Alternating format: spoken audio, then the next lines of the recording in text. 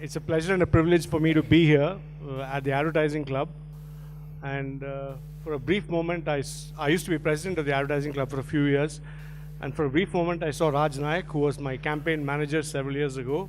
He was the secretary of the Ad Club. And R.T. Kumar, for as long as I can remember, has been the president of the Advertising Club. So a special word of thanks to him. This is perhaps the first time at around 8:30 in the evening, I'm having an intelligent conversation with someone else without a glass in my hand. So I guess we can arrange that. Yeah, we can still arrange that, as Balki says. So that's one. The second is, for once, my wife is somewhere in the audience.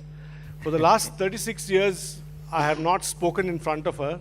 So this is a new experience for me. And let's see how the evening pans out. But it's a really great honor to have Balki, whom we can say is a once-in-a-generation writer. I had the good fortune of working with him a small matter of 3 decades ago. In 1987, I used to be the branch manager of an agency called Mudra. We had a big office and around 3 people were working in that office.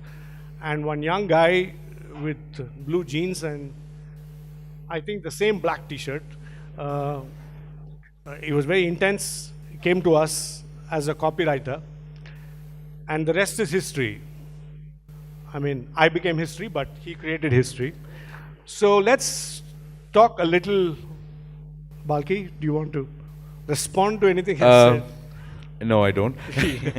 Hi. This looks like a short evening. Okay. It's a pleasure being here. Actually, Bangalore is my city, so he's from Frank Anthony Public School. So I've been here, read here, everything. But what is more wonderful is, and I think I don't know if Sridhar remembers this. I think I am a very, as you all know. You'll be wondering what I'm doing here. I'm an anti-award guy, and I'm sitting here in an award show. I do these things if it's Bangalore. But actually with Big Bang, I share a very, very strange thing. Because the year I left Mudra, that was about 2 months after I left Mudra, I remember the agency won the agency of the year at that point in time at Big Bang. And I remember coming in my shorts, and I was dragged from my house after I'd left to celebrate. I remember a lot of drinking at the Big Bang because for many years in Bangalore, this was actually a very prestigious award show. And there was stiff competition, I remember, between Ogilvy and Lintas and Mudra and a lot of people, and JWT. A lot of things. So there were a lot of wonderful people who were there in Bangalore at that point in time. So Big Bang does have a very special place in my heart. So can we start? So I think you were a master in computer applications, right? Or didn't you study something as weird as that? They chucked me out. They chucked you out, right. So what made you come to advertising? It's the only business that requires no qualification. Actually, because you don't need to know anything. You can say whatever, you can get away with it. I mean, I always just... chucked you out, right. So... See, you asked me this question, I gave you a much more intelligent answer. Which I'm still waiting for that answer to come. I told him that, he said, why did you join advertising? Because I said, I want to make films. So, what is the connection between films and advertising? I said, no, you make films both, so you keep making films.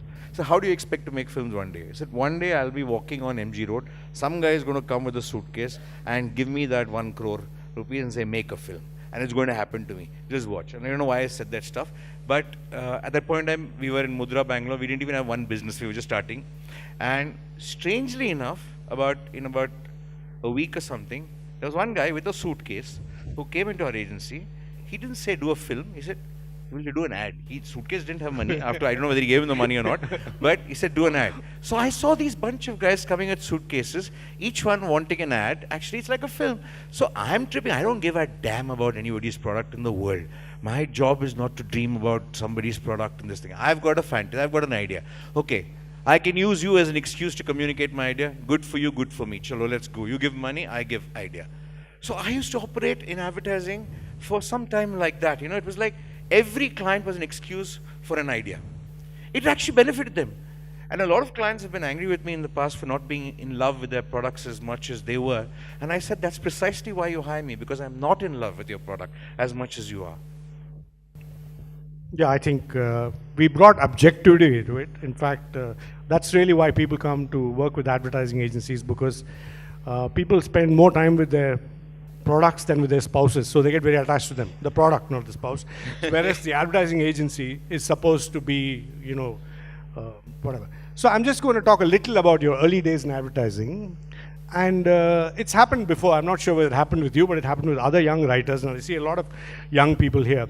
You have a fantastic idea and you go running to your creative manager or boss or whatever and share the idea with him. He says, hums and haws and says, let's do this minor thing, but quietly goes to the client and the head of the agency as though it's his idea. So I'm sure it's happened to you before. Has it? So what do you do in a scenario like that? You just shout louder, hey, I did it. Yeah, and I think that's a big thing. See, I believe, I don't think in today's environment you can get away with that kind of stuff. And people have, they just post it and say, I did this thing. Yeah. In fact, it's the opposite. I think a lot of people are claiming credit for ideas that they were just part of. It's quite the opposite. It could have come from one person. Everything is a jing bang today. Everybody sits in groups and kind of cracks things. Sure. So nobody really knows who the idea comes from. But actually, normally ideas come from a group. It's a stimulus from one person which makes you think of something else. So nothing you can really claim as yours ever in advertising, because if somebody didn't support you, if a client didn't give you a vision and a brief, you would never have got that idea. Sure. Or if you didn't believe in an ad for you to take it to a client, or for it to be allowed to go to the client, wouldn't have been there.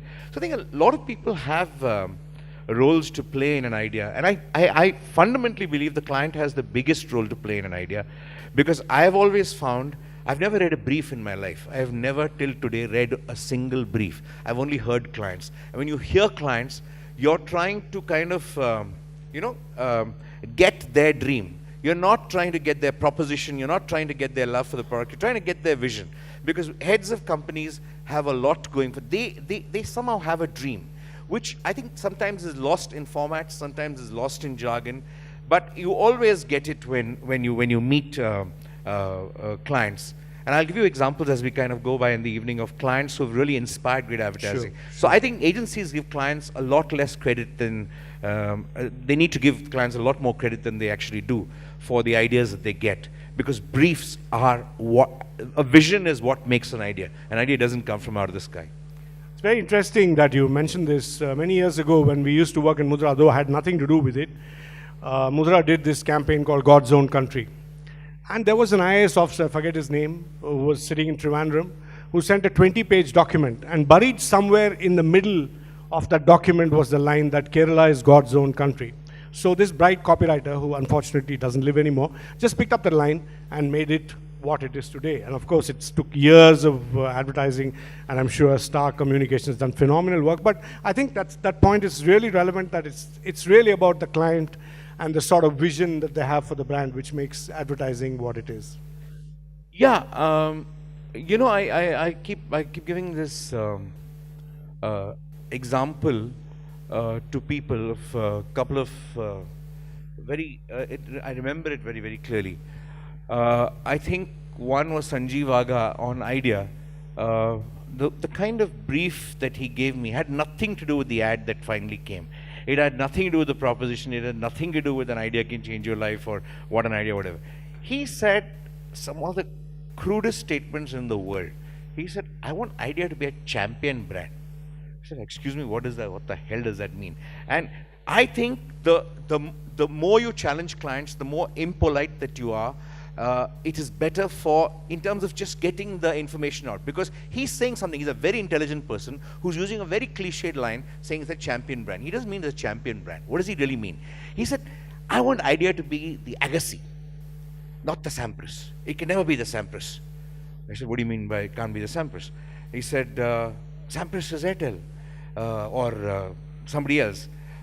Idea is the fourth brand. Challenger. The challenger. How does it become? It needs to be only champions challenge. I mean, it's like you don't, it said all kinds of things to me. Then it just suddenly hit me. Then it just said that Actually, for the first time, a marketeer's vision was to behave like a leader. Most challengers say that if you behave like a leader, all the credit goes to the if you behave like a leader, all the credit goes to the leader. Nothing comes to the challenger. But actually, no. Here was an idea which pretended to kind of own the the cell phone category, and we actually took on the number itself as a category. Have a number, not a name. You couldn't have done it if we were a challenger brand and said, "I am better than you," or "I'm a Pepsi, I'm better than Coke." It wouldn't have happened like that. It would have. It's a strange case of a brand that actually was much bigger in media and in consumers' heads than actually it was when it began.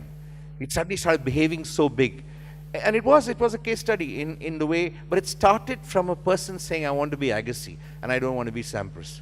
I can never be a Sampras, therefore I want to be an Agassi." And Agassi, not like like he said, not a challenger. He said a champion brand. So a challenger is different from a champion brand. So he used all these confusing words and led me to a kind of a path which you have to very, very, very carefully listen to clients to get it. You'll never find that in a piece, or you'll never find it in a marketing brief. It's impossible to get it in a marketing brief. That's true. And I think I think the greatest kick in a copywriter's life is to, if your line, "What an idea, Sarji," comes as the editorial of the Times of India, and I think I saw it happen quite often. So I think that's Yeah, that also another belief of clients. I just believe today clients, see, people talk a lot of stuff, a lot of things. I think most people are intimidated today. Advertising is supposed to intimidate.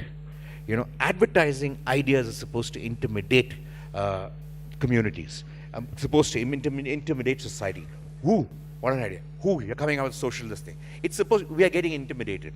You can't have a society whose only purpose, you can't have a community whose only purpose is to intimidate through your ideas, being intimidated by the kind of confusion that's happening around us. It's impossible.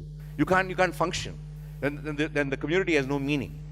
I simply believe, I think because of the amount of noise that there is in media today, the amount of things people are there to see, clients are also getting very scared. There are too many people in too short jobs. I think a lot of people at a mid-level marketing level and in agencies and agency levels are switching jobs really, really fast. Yeah. So everybody is kind of taking care of their tenure of 2 years, 3 years, and jumping. So they just want to look safe. Everybody wants to look safe. There are those very few visionaries left in organizations who buy, believe, build in ideas. The problem with advertising is not media, it's not digital, it's not television, it's not anything, it's people. It's people who are not fighting back. Because when there is chaos like this, is the best opportunity for advertising to really have fantastic ideas.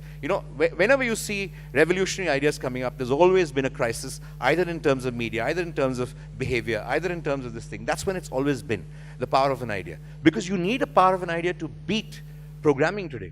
You need ideas that are going to take people by storm and say, "Whoo, that's better than whatever series I saw today, whatever something else I saw today." That's the kind of thing you're dabbling with. And I think the reason is not that we can't think of it. Everybody, at a time when you need to be at your boldest, we've all become, and that includes a lot of us in advertising and definitely a lot of clients. I have never seen so much fear in the expression of an idea.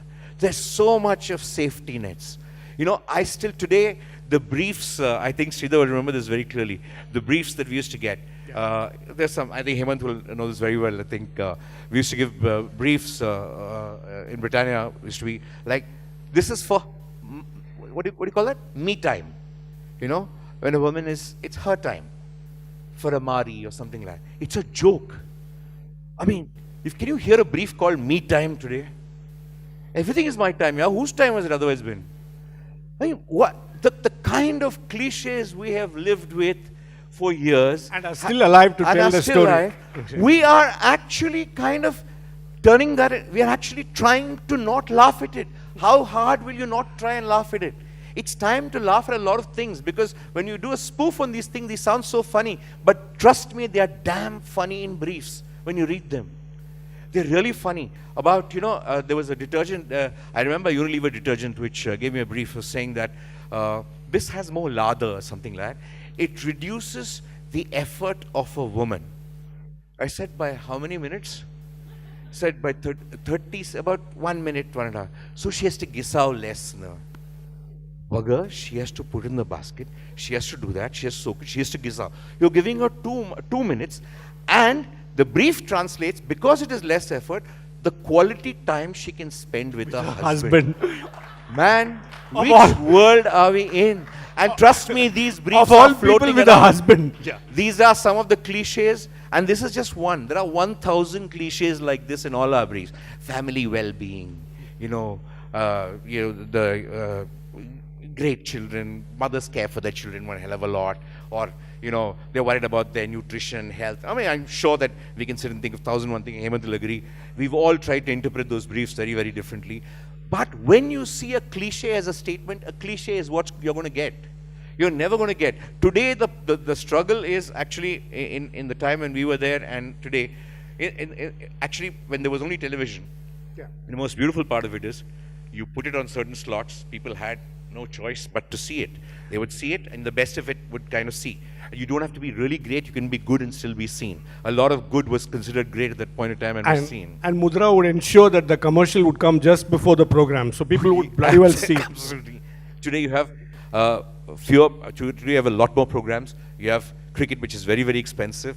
You have so much of media competing with you. You just have to stand out.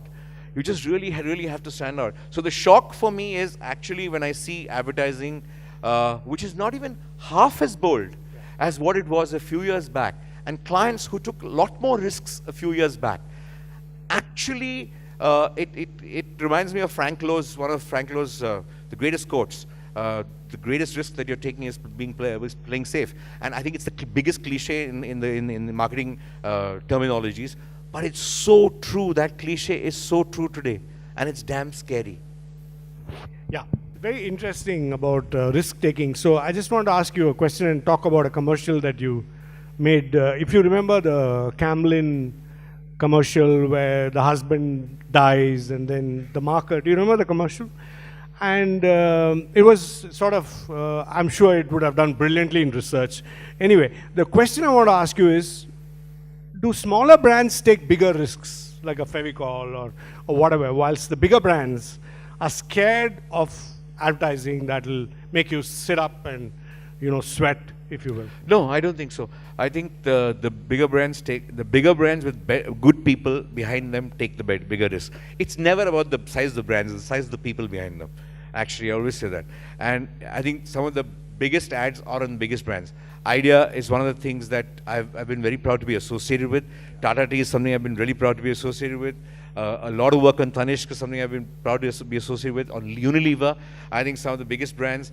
Some of the work I'm actually very proud of is on Surf Excel, on on brands like Pepsodent and Bajaj, and I've had lots of fun on big. I don't think it's about a small brand or a big brand. It's not about doing a great ad in Saint Gobain or Camlin and not doing something. A brand is a brand.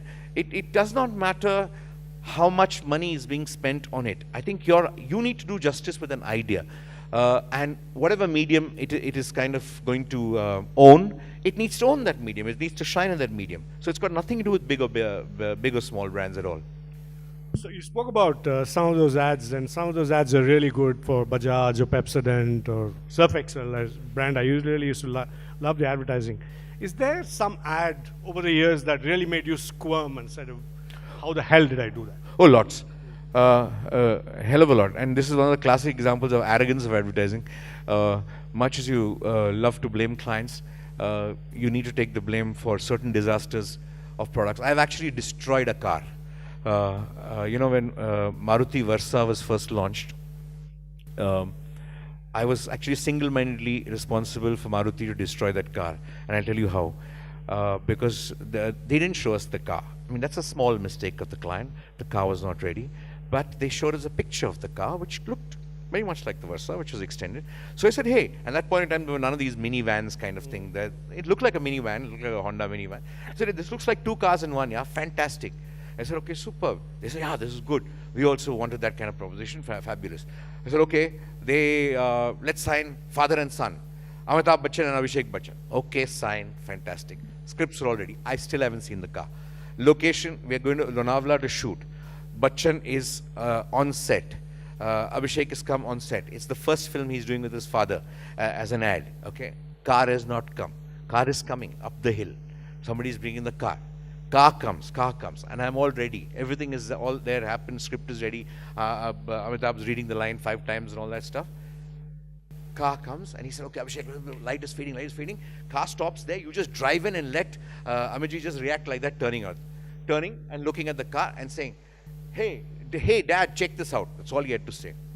So he got into the car. He was a very polite chap. So he got into the car and he drove in. And Amitabh was sitting on the lawn. And, hey, dad, check this out. That's the first time Amitabh Bachchan's ever seen that car. Comes in, Amitabh turns around. Looks at it, says, Abhishek, what's that shit that you've got there, man? I should have stopped the commercial then and there. Because I saw the car, I said, shit, this is the worst advertising that I can ever do. I should run, I should plead, beg with Maruti. I'll work all my life free for you. Please stop that communication. What it didn't do. There was a conference, launch conference, scheduled in 1 week. Various ministers, everything was coming. I just asked the marketing manager, are you sure of this entire thing? Which is not what I should do. I should have said, no, it should be cancelled. I didn't do it. I didn't take the risk. I played safe. I screwed up big time and I lost Maruti a brand. Because when that commercial hit the stuff and when people went to check out that car in Hodes, they were so disappointed, so disappointed. It was one of those brands that was destroyed by advertising. And I was singularly responsible for that ad. And that's what doesn't make me squirm, it makes me want to disappear.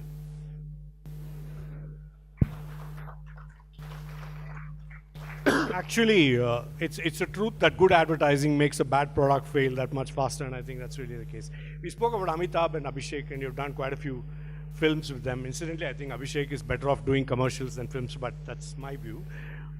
What is your view working with commercials? Unfortunately, in India, what's happening is our creative guys, I think, lean on celebrities the way I lean on a lamppost after 4 drinks. I mean, they have no clue of what the celebrity is doing, whatever. So what's your own personal experience? I don't think any more creative people are leaning. I think clients are leaning on celebrities like crazy, left, right, and center. Probably. For a simple reason. I just believe that they get to eminent, and it's a very small cost compared to the hundreds of crores that are being spent in the brand. And when a celebrity gets you that, just at least a recognizable model feel, that is at least 2% of the job done. Because you still don't know what your communication, whether it will work or not, whether your idea is good enough or not. Okay, celebrity, somebody will say, oh, Alia acted in that ad. Okay, you will know that particular thing. Or Abhishek acted in that, Amitabh acted in that, you'll know. That was the reason why people won't take.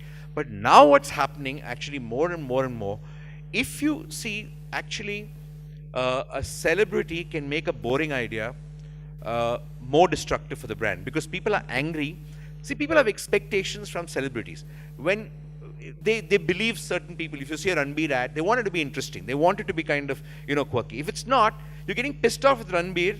You're not liking him. You're getting angry with everything else. The brand is suffering because Ranbir is not as interesting as he should be.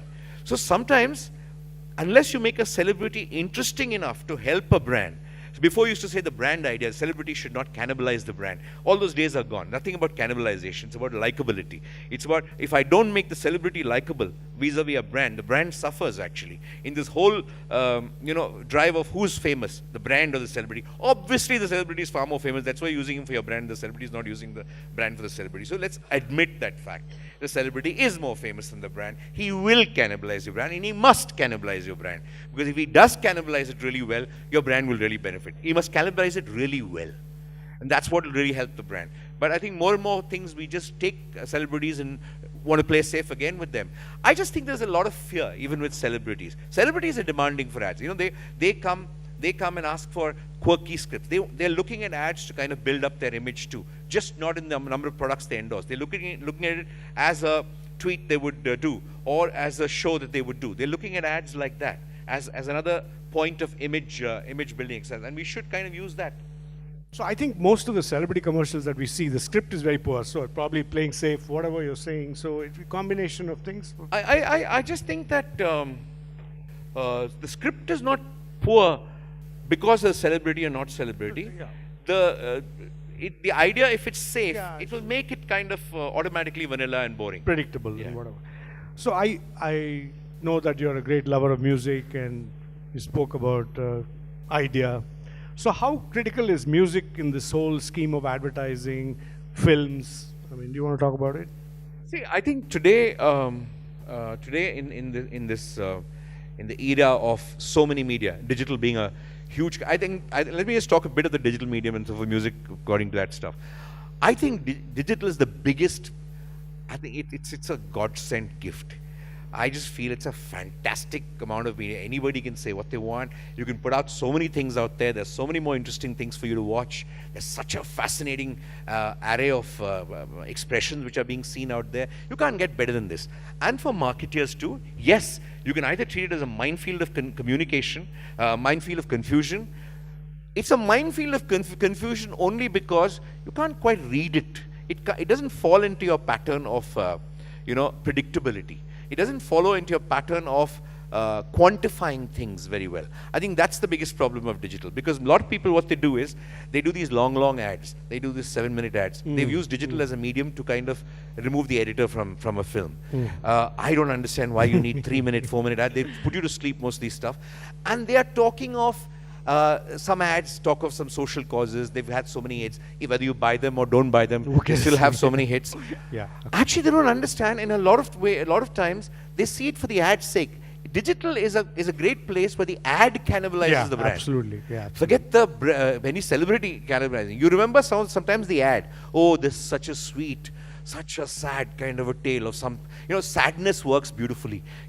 Pathos works beautifully in digital. Sad stories of this happening, very touching stories, socially conscious people who are all kind of, forwarding things to each other. So I just believe you're really misusing the digital medium. I think when you have a great idea, the power of it. I disagree with one point what Hemant said is ads cannot be viral on digital.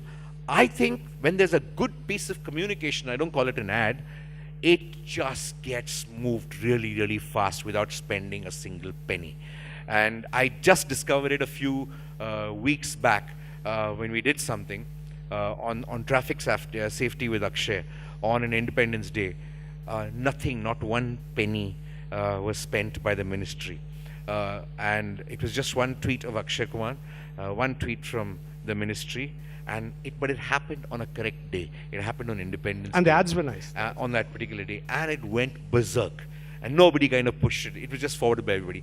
I just believe sometimes it's also the time at which you kind of release an ad. It's also an occasion. It's also a moment. It's also a particular mood in which you release ads. Sometimes, today I think ads have to be released like films. What is the mood of the nation? Is this mood right for this ad to be released, or is this mood not right for this ad to be released? No longer about who's seeing this, which program is coming out there. So I just believe, again, like what Hemant said, television's far from over. I think a lot of us still watch television, and cricket is still one of the most powerful programs that there is. And if you see the few ads that you remember this year, they've been on cricket, on IPL, and on kind of on the England-India series. So I think television has, and on some of the colors programs and a lot of other cheesy programs, there are some few ads which get noticed on a few programs which are really, really good. Else there's a lot of trash going around, and that's why they don't get noticed. It's got nothing to do with television or digital or anything of that sort. Yeah, I think music, for that, again, because of the thing of the medium, music plays a very different role from what you used to play in television. I just feel that before television, you used to hammer the same kind of a tune over and over again. So certain kind of a signature kind of tune really helped. Today, I don't think it's about signature tune. It's about music that helps that particular film. Music that helps the particular communication. Yes, if the same music helps 3-4 communications, it's fine. But it's not, the rules of music have changed a bit. It's not the same old thing again. Yeah. Sure. So I just, I have a point which just wanted you to react, because you do Hindi films and all that. The problem with our creative guys is that they don't watch Indian, they don't watch colors, right? For instance, it might have the toppest rating program. They watch some Big Bang and all that crap. And their audience is watching colors. So they don't watch Hindi movies. The audience is watching Hindi movies. They don't even watch other commercials, so I end up doing commercials which are very similar to some other product category commercials. So what's your advice for young people how do they come to terms with the fact that their customer is Indian? I'll tell you something. I don't watch colors. Much as Raj is here, he knows. I don't watch colors. Yes, I watch Hindi movies like anybody else. I'm not here to understand the consumer. I believe my purpose is to lead the consumer. My business is not to understand the consumer. If I did understand him, I don't want to be where he is.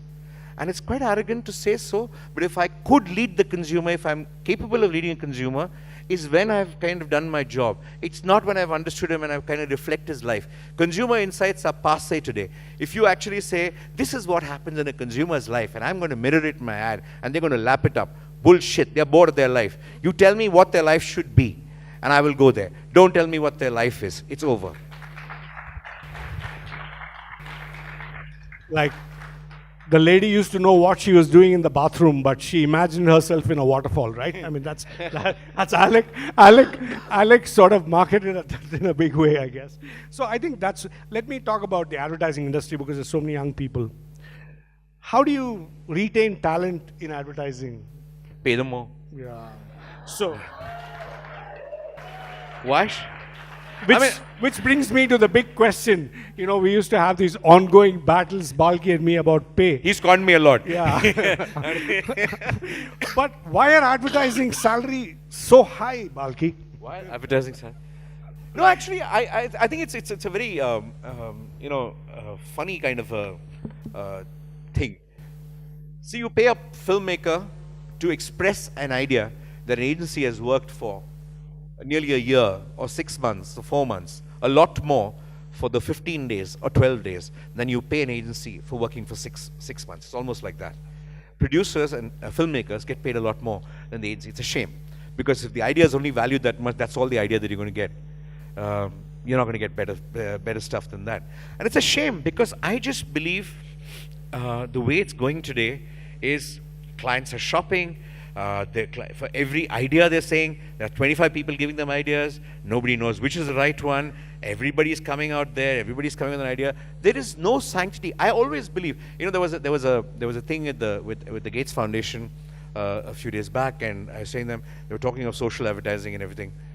How can you do social communication for one cause with 12 agencies giving you 12 different ideas, and you are communicating all of them on media in some form or other? You're really gone case. If you don't, I just believe the only theory of brand building is if the same two people work on either side of the table, if the same client and the same agency person work for a reasonable period of time together, you will be reasonably producing one brand. You cannot do it any other way. You cannot shop around. If a marketing person actually knows beyond every other agency in that thing, then there should not be any other agencies. Actually, if he is going to be the deciding factor of every idea that 12 professionals give him, then he's better than the 12, and he should be doing the idea himself. It is ridiculous what's happening. If there is no respect for the value of an idea, which actually you have a lot of respect once it works. Okay, but if you are in the confusion, it's not that you're not capable. In the confusion, if you panic and you disrespect the idea out of panic, it's not because of anything else, it's just out of panic, then you're actually kind of creating far more chaos and panic than there actually is. It's the time to really put your foot down and bet big. When there's panic, bet really big on one person at a time. Don't bet this 17 agency pitch. I cannot understand how 17 agencies can pitch for one particular stuff and, you know, have an expression of it. What is the motivation to get that? At the end of it, you'll be paid some 1.5 crores revenue, which is going to be shared by 25 people in an agency. It's a ridiculous amount of. First of all, the agencies are structured very wrong. That's why they get paid less. Yeah. And even if they were structured very right, I still think the money is too far less for the value of an idea and what it kind of gives you at the end of it. But I really think the way the agency should be paid more is actually structure it very, very differently. It's too passé, the structuring. You need far fewer people to create advertising than what we all have today, and that I think is the biggest problem why agencies are not giving people as much money. Oh, just in the same breath, you need to remember, Titan launched their watches in 1987. We are in 2018. 31 years later, Ogilvy and Mather is still handling the brand, and that's probably the reason why they produce great advertising. Fast Track, Lowland has been working for. Yeah, we launched from Tanishq also from the beginning, day one. Yeah, from the beginning. So when you work with an agency for a longer period of time, the agency is also willing to invest time in terms of understanding the brand and coming up with ideas. So I think that's a thought for clients. I also think that, I think Hemant would agree with me, I think the best advertising is done with the senior most people between agencies, is not to be done by anybody else. And the moment you have respect for advertising, you will get your senior most people to kind of operate and not the junior guys to kind of dabble in advertising. Give them the power to create it, but don't give them the power to prove it. I think it's very, very important to do that. Balki, when we were, so I'm talking about the late 80s and 90s, just after liberalization, some of the best people came to advertising. Today, a lot of people find digital probably more glamorous than advertising is. So how do you get the entire theme of this conference is for the love of advertising? How do you get more people, and I'm saying people, to fall in love with advertising as a profession? Digital is advertising, so it's all part of advertising. I mean, I think it like before when television came, I remember a lot of the print lovers coming and saying that in this print is dead, television. It's the same thing. I mean, we have newer media. It still depends on an idea. It depends on little immediate things that you need to do using the power of each media to embellish a larger idea. That's what it's all about. It's got nothing to do with the digital or television or whatever that there is. But I just believe digital are cracking lots of great ideas. You know, there isn't. And digital agencies are getting paid as badly as advertising agencies. Far worse. I just believe, and also I don't blame, see, it's a kind of a catch-22 situation. Advertising agencies always say, we've given you ideas in the past, you're damn powerful, so pay us in future to give us the same kind of ideas. But the clients are saying, I'm not seeing the same kind of power of ideas for a long period of time now, so why should I pay you for these kind of ideas a lot more? So you're not getting the idea because you're not paying more, you're not paying more because you're not getting the idea. It's a double whammy, you know, so it's funny, and a lot of clients actually get up and say, when I say you don't pay, you don't think this much is big money. I had a big discussion with, I remember Idea and Bajaj and everything else. And Rajiv was very, very shocked. Rajiv said, you don't think that is enough for one commercial? I said, you bugger, you think it's one commercial? What do you think goes beyond that stuff? Arey, you come and say, Hudi Baba, you feel like God and you take money and go. I said, how do you think it comes, man? You love your engine, you love your piston, you love your stuff. You used to love it when, you know, he used to really love it when I used to love his bikes and say, you know, this seat should be like. I said, that's boring for me. It's your trip. That's not my trip. My trip is to say Hudi Baba and take the money. Your trip is to put a piston and take the money and go. So for your piston, you're already making so many crores in life. You're Bajaj. For one Hudi Baba, I shouldn't be kind of having the same ambition. How is that different from this? So this is a fight that till today we are having. He believes his gear and shaft and piston is more important than one word which is coming out. There's a perennial fight we have. Like Idea constantly looks at me. We say, okay, big brand. Do you know the complexity of what happens in the market? I said, I don't want to know. Do you know the complexity of what happens in my mind? You don't want to know. So it's the same thing. I don't want to know your market, don't know my mind. Just give the money and get out. I think it works on simple principles. You know, simple principles work. And I think the people who really understood this in my life at some point in time really, really understood it. A lot of people allowed me to be because they thought I was foolish and I was like, they used to indulge me saying all these things. I did. But Unilever actually respected me for doing that. Sure. Unilever actually took, took my bets on the most research-led company, the most research-led thing. I've gotten away with things that have completely bombed in research, and they used to come and say, shit, yeah, Balki, bad news. This is bomb. I said, yeah, it's bomb. We are going on air. Why I said that, I don't know. Why I did this? Sometimes, you know, people bet on other people's confidence. It is not because it's an idea, because it's my idea. Sometimes there are some ideas I will not lose regardless of the client. You know, you should not lose an idea, because if you lose the idea because the client is saying drop it, you're actually doing more harm for him than anything else. I'll give you one example. This when we did the Dishum idea, I think Windy was there as the CEO of Unilever. He called Prem and me. Well, Prem was the chairman. I was the chief creative officer, and I went to Windy. He said, I told Prem, is this the shit that you produce on Pepsodent? Dishum was there, you know, and it was very down market. That's his village, son. Okay, I expected more out of you. You've come and take over. And Prem quickly, you know, servicing people and business people are business people. And we're all saying, no, we'll look into it. We'll look into it. We'll get back to you. This is not this thing. I said, hello, one second. I said, Windy, 1 minute. See, I'm new. Hindustan Lever, I don't know. I've done only one thing before. If Hindustan Lever is the most important business for a client, for Lintas, if Lever is unhappy, Lintas loses the business. If Lintas loses the business, I am gone. Okay. I will lose my job if this ad doesn't work. You will lose 5 crores if this ad doesn't work. Okay. How many crores you've lost in ads that doesn't work? I have not lost a single job. Okay. A job is a lot more important to me than the 5 crores that you have. What bet will we have? This is a conversation I had with the CEO of Hindustan Lever. And he looked at me, he's saying, and actually all the marketing people don't like the ad and everybody, he has taken the stance as a shit ad. Then he looked at me and said, okay, you're saying this ad is going to work. Will you leave your job? I said, yeah. Okay, I bet on this. Let's run this ad for 2 weeks. Balki, I want your resignation letter. This ad will not, you will quit the job, you will quit low if this ad doesn't work. I said, if it does, okay, 2 crates of champagne will come to the agency. I'm worth 2 crates of champagne. Okay, fine. Done. Ad work, gangbusters, Dishum became this thing. 1 year, Vindi Banga didn't ask for a meeting only. After 1 year, I met him and Kamini on a flight. Sheepishly, he comes to me and says, that crate is pending. I said, the resignation letter still is with you. Give it back to me. I don't want, otherwise Prem will use it. Give it back to me quickly. So it was like, it was damn funny. But this is actually what relationships between clients and advertising. I've loved these relationships. Some of my closest friends are on the client side and not in advertising. Only because we've shared very, very deep, intense moments which can make or break lives. We have betted huge. Because it's a bet, it's a gamble.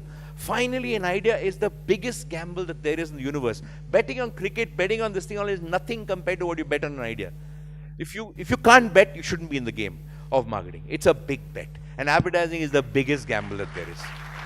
There is a little science and a huge amount of gut that you need for advertising. Absolutely. So I think I've been told twice already to shut up. So sorry, take your words. No, one last question. If you were the Narendra Modi of advertising and there was no Congress party, that means you could actually do what you wanted. So so you can give a speech basically. What is your message for Indian advertising? You can feel like the king of the world without knowing a damn shit. So just don't misuse that opportunity. You'll never get it in any other profession. Just feel like a king, crack those ideas and feel like that. Otherwise you may have to study. And now they call him to IIM to give a lecture. So all the places where he didn't get admission, he goes and talks now. So that's the difference for being a creative person. So thanks, Balki, for a wonderful evening.